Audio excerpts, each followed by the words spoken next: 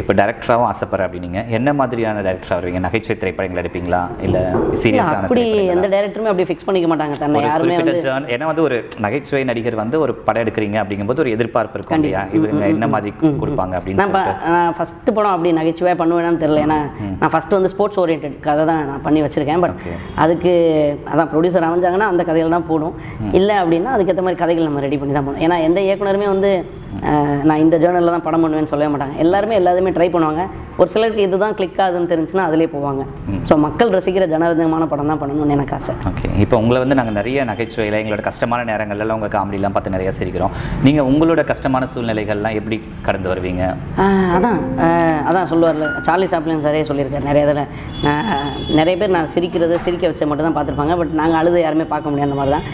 எல்லாருமே மனிதர்கள் தான். எல்லாருக்குமே இயல்பான வாழ்க்கை இருக்கும், எல்லாருக்குமே இயல்பான பிரச்சனைகள் நிறையா இருக்கும். அதெல்லாம் ஃபேஸ் பண்ணி வருவோம். பட் ஒரு சிலர் அதை இந்த இப்போ கூட பார்த்தீங்கன்னா அஜித் சார் வந்து கோவப்பட்டார், மொபைலில் போடுங்க அப்படின்லாம் சொன்னாங்க. அது சூழ்நிலைகள் இருக்கு இல்லையா, ஒவ்வொருத்தருக்கும் ஒவ்வொரு சூழ்நிலைகளில் என்ன மென்டாலிட்டியில் இருப்போனே தெரியாமல் நடந்துக்கிற விஷயங்கள தான் எல்லோரும் கோவம் வரும். பட் காமெடி ஆர்டிஸ்ட்டை பொறுத்தளவு நாங்கள் எல்லாரோட நகைச்சுவை இருக்குது இல்லையா, ஸோ அதை நாங்கள் நடித்ததே பார்த்து கூட சிரிக்கிற இதெல்லாம் இருக்கும்.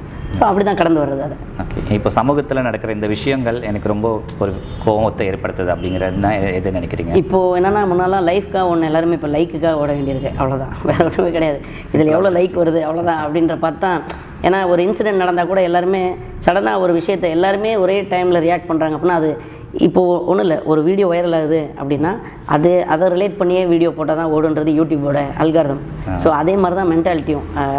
நீங்கள் இப்போ இதை தான் மக்கள் ரசிக்கிறாங்க அப்படின்னா அதிலே போகணும், அப்போ தான் லைக் நிறையா வரும் அப்படின்ற மென்டாலிட்டிக்கு எல்லாருமே தள்ளப்பட்டுட்டோம் அப்படின்ற மாதிரி இருக்குது. எல்லோரும் இந்த ஒரு ஃபோனுக்குள்ளே முடங்கிட்டோன்றது தான் ஒரு மிகப்பெரிய வருத்தமான ஒரு உண்மை. அவ்வளோதான். எவ்வளோ பெரிய விஷயங்கள் இருக்கும்போது எல்லாமே இந்த ஃபோனுக்குள்ளே போயிடுச்சு. ஸோ எல்லாரோடதும் அதிலே போயிடுச்சு. இவ்வளோ நேரம் உங்களோட டைமை ஸ்பெண்ட் பண்ணி நாங்கள் கேட்ட எல்லா கேள்விகளுக்கும் பொறுமையாக பதில் சொன்னீங்க, ரொம்ப சந்தோஷம். நீங்கள் வந்து இன்னும் நிறைய நல்ல திரைப்படங்கள் நடிக்கணும், நிறைய காமெடி ரோல்ஸ் பண்ணணும், நல்ல ஒரு திரைப்படம் நீங்கள் எக்ஸ்பெக்ட் பண்ண மாதிரி ஸ்போர்ட்ஸ் திரைப்படம் பண்ணணும், நல்ல டைரக்டராகவும் நீங்கள் வெற்றி பெறணும் அப்படின்னு சொல்லி நாங்கள் வாழ்த்திக்கிறோம். தென் உங்களோட யூடியூப் சேனல் தர்ஸ்டி க்ரோலின்னு இன்னும் நிறைய விஷயங்கள் நீங்கள் தொடர்ந்து பண்ணணும் அப்படின்னு சொல்லி நாங்கள் விஷ் பண்ணிக்கிறோம். கண்டிப்பாக ஜி, தேங்க்யூ. ஃபிலிமி ஃபாக்ஸ் சேனலை சப்ஸ்கிரைப் பண்ணுங்கள், பெல் பட்டனை ப்ரெஸ் பண்ணுங்கள், மறக்காமல் ஷேர் பண்ணுங்கள். தேங்க்யூ.